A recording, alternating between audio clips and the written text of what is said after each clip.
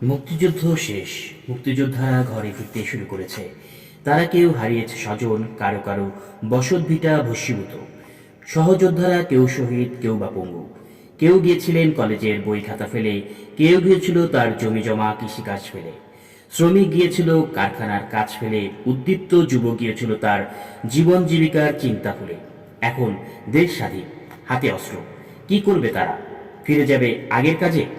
এই মুক্তিযোদ্ধাদের কিভাবে নতুন দেশ গড়ার কাজে লাগানো যায় তা নিয়ে ভাবনা শুরু হয়। তাজউদ্দিন আহমেদ চেয়েছিলেন মুক্তিবাহিনী সবাইকে ন্যাশনাল মিলিশিয়াতে অন্তর্ভুক্ত করবেন।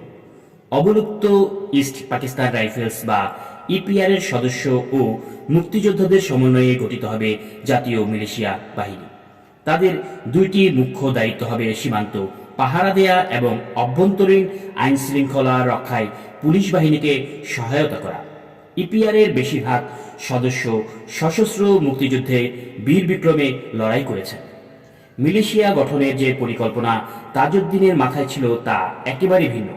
তিনি ভেবেছিলেন তালিকাভুক্ত ও তালিকা বহির্ভূত সকল মুক্তিযোদ্ধা সারা দেশের নির্দিষ্ট ক্যাম্পে এসে নিজেদের নিবন্ধন শেষে অস্ত্র জমা দেবেন। পরে সেই অস্ত্র পুনঃবন্টন করা হবে। এই মিলিশিয়াদের নির্দিষ্ট দায়িত্ব দেয়া হবে। বিশাল আকারের সেনাবাহিনী গড়ে না তুলে সেনাবাহিনীকে মিলিশিয়া বাহিনীর সঙ্গে সমন্বিত করে দেওয়া হবে। 1972-এর 2রা জানুয়ারি তাজউদ্দিন আহমেদকে চেয়ারম্যান করে 11 সদস্যের একটি জাতীয় মিলিশিয়া বোর্ড গঠন করা হয়। মাওলানা ভাসানী, মনি সিং এবং মোজাফফর আহমেদ এই বোর্ডের সদস্য ছিলেন। সরকার মিলিশিয়া বাহিনী গঠনের কাজও শুরু করে। 10-15 হাজার মুক্তিযোদ্ধাকে এই বাহিনীতে নেওয়া হয়। মুক্তিযুদ্ধে বিশেষ কৃতিত্ব প্রদর্শনকারীদের সেনাবাহিনীতে নেয়ার সিদ্ধান্ত হয়। কিন্তু জেনারেল ওসমানী এইসব মুক্তিযোদ্ধাকে দুর্বল প্রশিক্ষণের কারণে সেনাবাহিনীতে অন্তর্ভুক্তির বিরোধিতা করেন। ছাত্র মুক্তিযোদ্ধাদের বৃহৎ অংশ আবার পড়াশোনায় ফিরে যায়। নিয়মিত বাহিনীর বাইরে মুক্তিবাহিনী হিসেবে ট্রেনিং দেওয়া হয়েছিল 84,000 জনকে। মুজিব বাহিনীর সদস্য সংখ্যা ছিল আরও 10,000। ছাত্র ইউনিয়ন, ন্যাপ, সিপিবির ট্রেনিং নেওয়া মুক্তিযোদ্ধা ছিল 19,000। এদের প্রায় সবাইকে অস্ত্র দেওয়া হয়েছিল।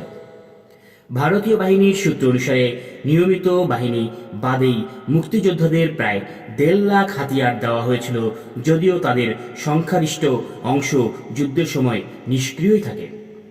প্রশিক্ষণের জন্য মুক্তিযোদ্ধা বাছাইয়ের শর্তকে যেমন শারীরিক যোগ্যতা, চারিত্রিক দৃঢ়তা ও সংগ্রামী স্পর্ধাকে শিথিলভাবে বিবেচনা করা হয়েছিল। অনেক ক্ষেত্রে স্থানীয় রাজনীতির সুবিধার জন্য আওয়ামী লীগের নেতারা নিজ এলাকার ছেলেদের মুক্তিবাহিনীতে ঢোকানোর অতিরিক্ত আগ্রহ দেখাতেন। এই কারণে মুক্তিযুদ্ধে বিজয়ের প্রাক্কালে এদের বড় অংশই লড়াই থেকে সম্পূর্ণ দূরে থাকে। তারা দুঃখজনকভাবে ব্যক্তিগত রেষারেষি নিষ্পত্তিতে, এমনকি সরাসরি লুটতরাজে অংশগ্রহণ করে। ভারতীয় সেনাবাহিনীর দায়িত্বে পরিচালিত মুক্তিবাহিনীর সামরিক প্রশিক্ষণের মেয়াদ ছিল 4 সপ্তাহ। এই স্বল্প সময়ে মাত্র হালকা অস্ত্র ও বিস্ফোরক ব্যবহার শেখানো সম্ভব হতো। সামরিক প্রশিক্ষণ মে মাসের শেষ দিকে আরম্ভ হয়। বাছাই করা যুবকদের বিশেষ প্রশিক্ষণের জন্য পাঠানো হয়। দেরাদুনে সিগন্যাল এবং আসাম ও নাগাল্যান্ডে কমান্ডো ট্রেনিং দেওয়া হয়। নৌ ও বিমান সৈনিকদের জন্য ও প্রশিক্ষণের পৃথক ব্যবস্থা ছিল। এ প্রসঙ্গে sector commander major Rafiqul Islam লিখেছেন, আমাদের সব প্রচেষ্টা লক্ষ্য ছিল গুণগত নয়, সংখ্যাগত দিক দিয়ে কি করে আরও বেশি লোক গড়ে তোলা যায়। প্রয়োজনীয় সকল প্রকার সামগ্রীর সরবরাহ এবং ট্রেনিংয়ের জন্য আমাদেরকে পুরোপুরি ভারতীয় সেনাবাহিনীর উপর নির্ভর করতে হতো। দেশের কৃষক শ্রমিকদের সন্তান, কিছু মধ্যবিত্ত পরিবারের যুবক এবং ইপিআর ও ইস্ট বেঙ্গল রেজিমেন্টের সেনারা সক্রিয় মুক্তিযুদ্ধে অংশ নিলেও আওয়ামী লীগের নেতা ও কর্মীরা মাঠে সক্রিয় যুদ্ধে অংশ নেয়নি।